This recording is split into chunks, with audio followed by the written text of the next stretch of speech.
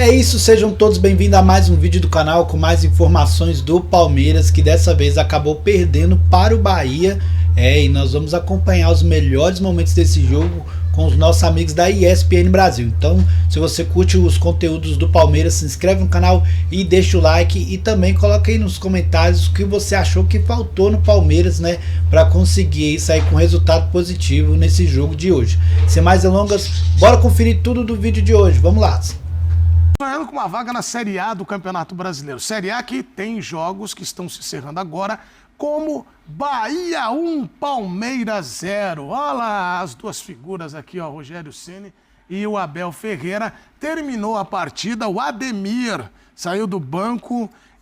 Fumacinha, fez um gol, deu, olha... lá fumacinha o gol. Se alguém tiver uma rabiola pra colocar no GFT, pode pôr, porque a coluna dele ficou em S. O professor fazia muita rabiola, quando ele empinava a pipa lá no Ipiranga. Muito, aquelas que ficavam no fio. Isso. Lembra? O fio cheio de rabiola na época das férias. Cuidado, com fios elétricos. Não pode. Não perigoso. Pode. Professor, o Bahia se reabilitou e tirou a chance do Palmeiras ser líder. Um jogo que interessa para flamenguista, que daqui a pouco vai pegar o Corinthians, e todo mundo ficou de olho nessa briga também, até o próprio Cruzeiro.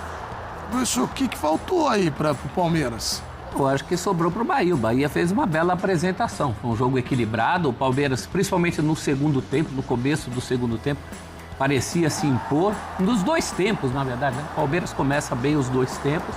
O Palmeiras é prejudicado pelos jogadores que se machucaram ainda no primeiro tempo. Evangelista e Piquerez. Então, você fala do Jefté, que estava lá justamente porque não estava o Piquerez.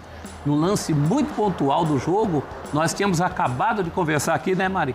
Sobre o fato do Rogério Ceni ter falado que o Ademir Fumacinha, que está voltando muito aos poucos, só teria gás para meia hora de jogo. Ele entrou aos 23 do segundo tempo, jogou até um pouquinho mais. 15 minutos ele tinha, só para 15 minutos. 15 minutos de jogo, então. Exatamente. Acabou jogando quase meia hora, Sim. praticamente meia hora. 25. E dando essa vitória muito importante para o Bahia, que, como lembrou o Elton, já tinha ganho também em São Paulo, no primeiro turno, devolvendo o que aconteceu no ano passado, que o Palmeiras havia ganho as duas do Bahia. Então, daqueles jogos, Edu, de gente grande, né? Esses jogos envolvendo Cruzeiro, Bahia, Palmeiras, Flamengo... São jogos dos times de muita qualidade. Olha o golaço. E essa câmera aí não mostra tanto, mas a câmera de trás, o Mário, eu falei aqui do drible, é desconcertante. A câmera, né, da trás do gol mostra muito isso. Ainda o Palmeiras teve essa chance no finalzinho e não marcou, né? E o ponto é que quando o Palmeiras... Daqui a pouco a entrevista coletiva do Abel Ferreira, do Rogério...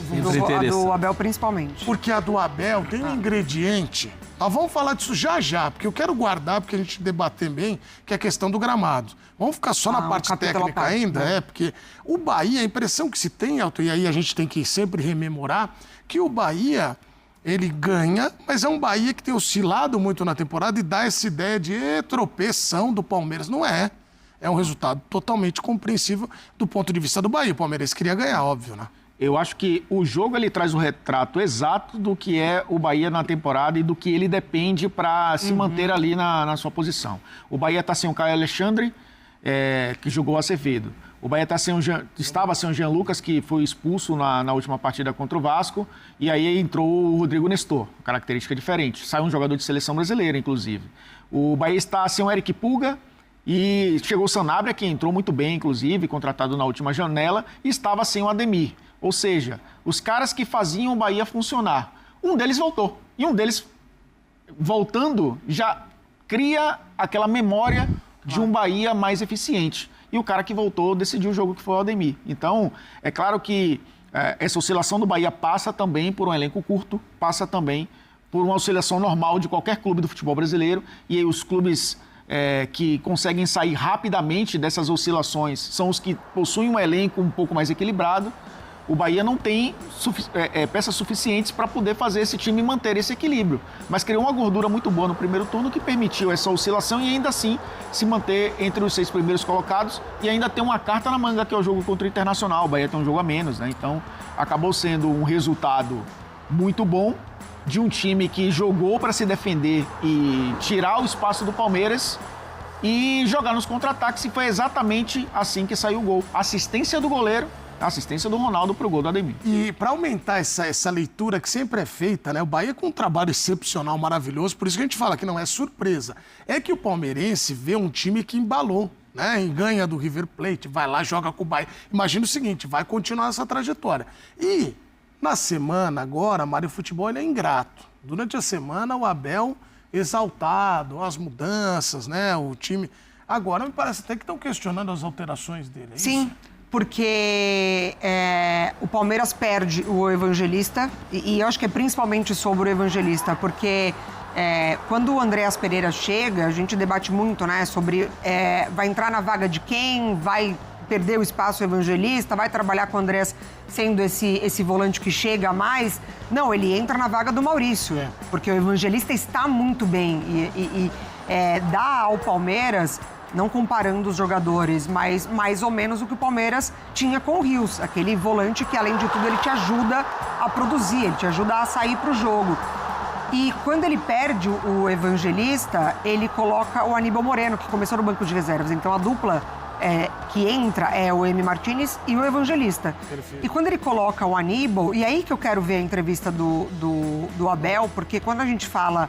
do time ideal do Bahia já desde a temporada passada, é sobre um meio de campo muito forte, né? Essa temporada é que ele começa a ter mais opções pelos lados, o Ademir muito bem, quando o Pulga estava à disposição também. Então eu quero ouvir o Abel se parte disso, claro, de ter um meio de campo mais combativo justamente por conta dos jogadores do Bahia. E ele poderia ter pensado diferente, talvez ter colocado o Maurício e colocado o Andréas um pouquinho mais nessa função de camisa 8, de camisa 10, de trabalhar um pouco mais o jogo por dentro, porque você tem um jogador de muita qualidade como o Felipe Anderson mais pelo lado esquerdo, e eu acho que você ganharia mais opções, né, ofensivas.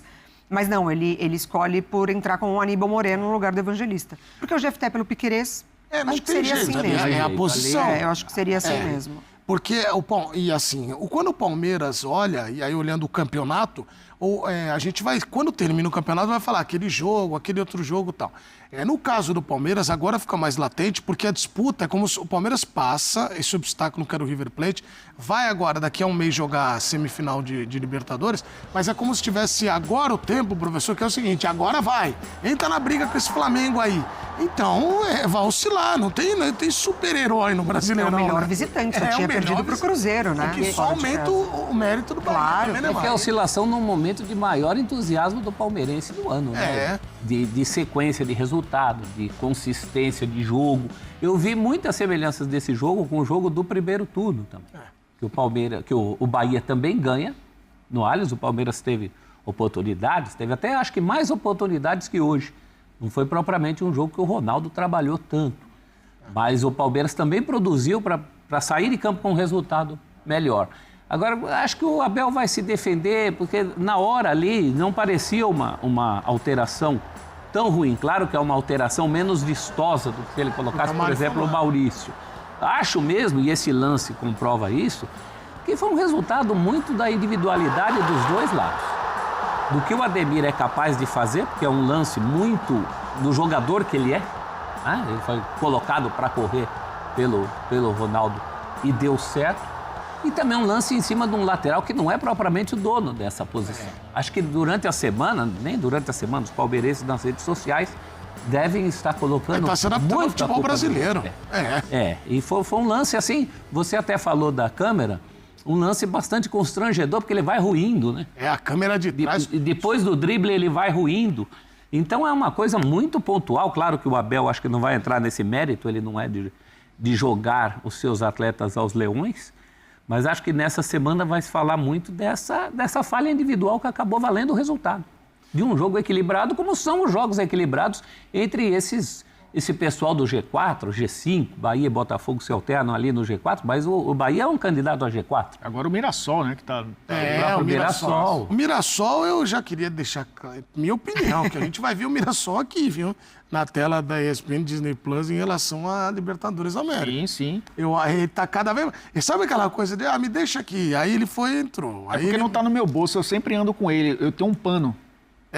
Que eu sempre passo por Mirassol. É porque eu deixei ele. É que você tem esse paninho maravilhoso. Pano amarelinho. Você sabe o que fizer agora, tá perdoado o Mirassol. Não, é lógico. É isso aí, galera, esse foi o nosso vídeo de hoje, né? Infelizmente com essa derrota do Verdão, não jogou muito bem.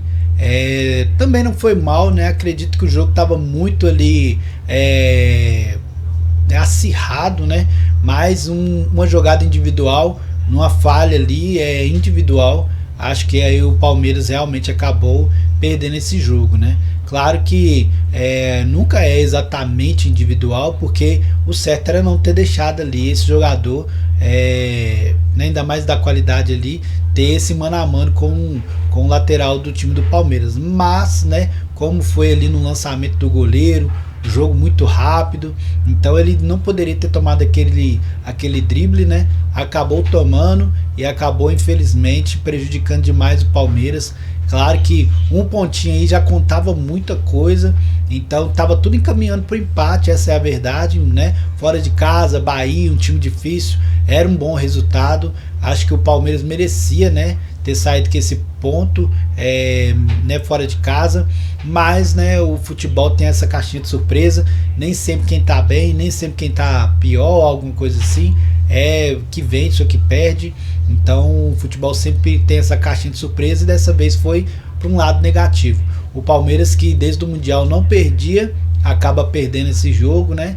Não é o momento de desesperar por causa disso. O Palmeiras ainda está muito na briga do Brasileirão, mas claro, né, tem que ligar aquele alerta, porque Flamengo acaba se afastando aí, vai ser algo bem ruim, apesar que o Cruzeiro, ele perdeu também, e isso deu uma ajudinha aí pro Palmeiras conseguir permanecer ali perto da liderança. O Palmeiras agora tem que secar o Flamengo, né, e depois conseguir aí ganhar os próximos jogos. O que você achou? Deixa aí sua opinião nos comentários, se inscreve no canal, deixa o like para dar aquela moral, e é isso, até o próximo vídeo, valeu, fui!